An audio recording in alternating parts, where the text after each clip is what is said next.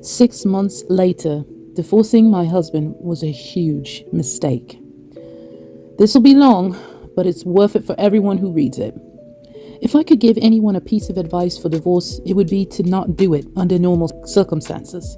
If your spouse is beating you or threatening you or your children, then of course get out and fast. In my case, there was no abuse. We were together for 8 years, that was mostly good, and we have 4 kids.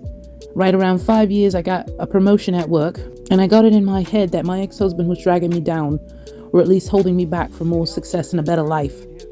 We never had a lot of money, but with my promotion, I was making more than he was. I started working longer hours, and at the time, his hours were cut, and so he was at home more. I really began to resent him because he was getting more time with the children. Most nights when I got home, they were already getting ready for bed, if not already sleeping. After a few months of my new job, it was clear to me that things were not going well at home without me there. Some nights the dishes weren't done, and when I got home, the kids hadn't eaten, whatever else I could think of to be mad at him about. It really didn't matter. He kept saying that he would try harder, but it was a hard thing being at home all the time. And that always made me really mad. For the next couple years, things got even worse. My hours weren't any shorter, and his were on and off full time. There was no convenient time for him to be working full time because of my hours, but we also needed the money. Whenever he would tell me that he could get extra hours, I would always complain, and the less hours he worked, the more I complained that he wasn't bringing in enough money. Whenever he brought up the contradiction, I would tell him that he needed to figure it out. I knew that it would bother him, so I started saying that a lot and for everything that I could. I really started to resent him, and I pulled away from him. I knew it was hurting him, but I didn't care. And if he didn't want to be hurt, then he would at least try to make me happy. I used the same thing to justify when I started to talk to another guy at work. I thought he was just a friend, but talking at work turned into texting at home and then pictures and videos and then trying to sneak some alone time with him. I knew that it was wrong, but it made me feel so alive, and my husband had not made me feel like that in years. I was tired of being unhappy, and I was doing this for me. The worst was the night that I came home at a reasonable time and found out that he had cleaned the whole house, cooked the whole family dinner, and picked out a movie for all of us to watch together. This would have made me swoon a few years earlier, but that night I couldn't even look at him, and I pretended to be sick. I spent the rest of the night in bed while he waited on me and checked on me and even made me different food and brought it in the bed. It made me feel terrible, and then it made me angry that he made me feel that way, and by the end of the night I was texting the other guy. Over the next month or two from that night, it didn't matter what he did. He was wrong, just for breathing most days. He would get upset with how I was treating him, and I would just wait and egg him on into losing it because I knew it would happen eventually. After most of the fights we had, he would apologize for whatever I told him he did wrong, but I never did. I would usually find a way to make him feel even worse. I knew that I was right because he was wrong, and that was all that mattered to me. I even pretended that I didn't care when he found out about my relationship with the guy from work. It really destroyed me inside him to see him holding back tears, but I wasn't going to let him see that. He was at his weakest, and that was when I chose to tell him that I wanted a divorce. I could almost hear his heart shattering inside his chest. He talked and fought and said that we could work it out together. I really wasn't interested in fixing our marriage, but I mostly ended things with the other guy, but only because I knew I could get it back if I wanted it. I could see that he was trying, and occasionally I would let him know, but for the most part, I kept being a huge bitch to him for any and all reasons that I could think of. I'm not sure how much more the man could have done to make me happy besides finding a job that paid enough for me not to work at all. He said that he was looking, but looking and finding are two different things. It was around that time that I discovered this group and a few others.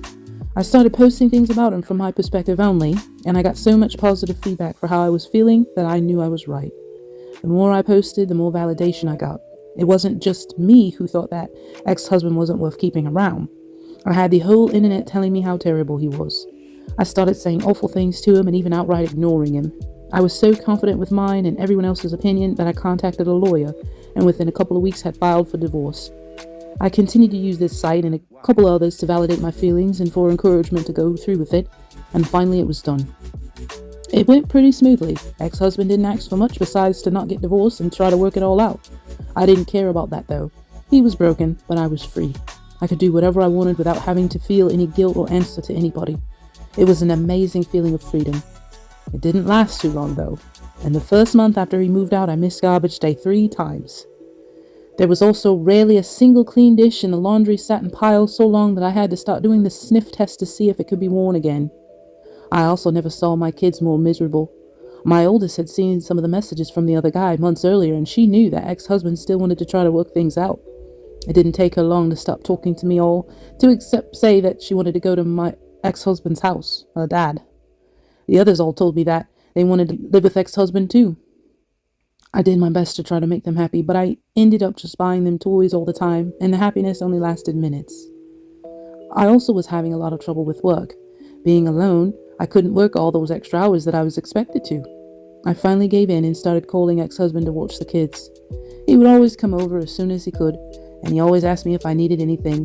When I get home, I would find clean dishes and laundry and even dinner sometimes. He would never say too much after I got home. He would just say to him if I needed anything and leave. One night, he took out the garbage and brought it to the curb because it was garbage night and I had forgot again. He always looked so sad when it was time to go. Finally, after a couple of months, my friends convinced me to go out on a date. It was for dinner and a movie, and I was excited and hopeful, but at dinner I started getting a feeling of overwhelming guilt. It got so bad that I ended up not even going to the movie. A week and about 1,000,000 tears later, I was on a therapist's couch. I told her everything that had happened, starting with the promotion that I got at work. She did not agree with me, or with any of the encouragement to divorce that I got. I ended up in her office 2 and sometimes 3 times a week, and the more that I talked to her that would prove I was right, the more I started to see how wrong I was. It was truly heartbreaking. I don't know if I cried as much in my whole life as I did in the first month in her office. After about $2,000 of therapy sessions, I learned that my ex-husband had his faults, but I figured out that mine was so much worse. I did so many awful things and said so many awful things that I didn't want to be with me, but he still did. I remember him asking me in a meeting with a lawyer to please not go through with it. I did go through with it though, and then later I bragged on here about how great it felt. I was so wrong, and now I could see it. A couple of weeks ago, I went outside with him when he was leaving the house, and I asked him about getting back together. When he looked at me, his eyes were full of tears and a couple went down his cheeks. He told me that he didn't know if he could. He said that the pain has been too much for too long, and that if we got back together, that I might just turn around and do it to him again. He said that he always thought that I would realize how much he loved me and stop up until I signed the divorce papers and let out a big, over-exaggerated sigh of relief. He said that I had hurt him more than anything else and that he doesn't know if he can ever trust me again. I don't blame him. I destroyed a man who, looking back, was a great husband. I deprived my kids of having a great father in the house with them and took his kids away from him. And me, the one who pushed for the divorce expecting happiness and a life of freedom, spent all my free time sitting at home or sitting on a therapist's couch. Please don't just take the advice of anyone on this side or anyone about getting a divorce.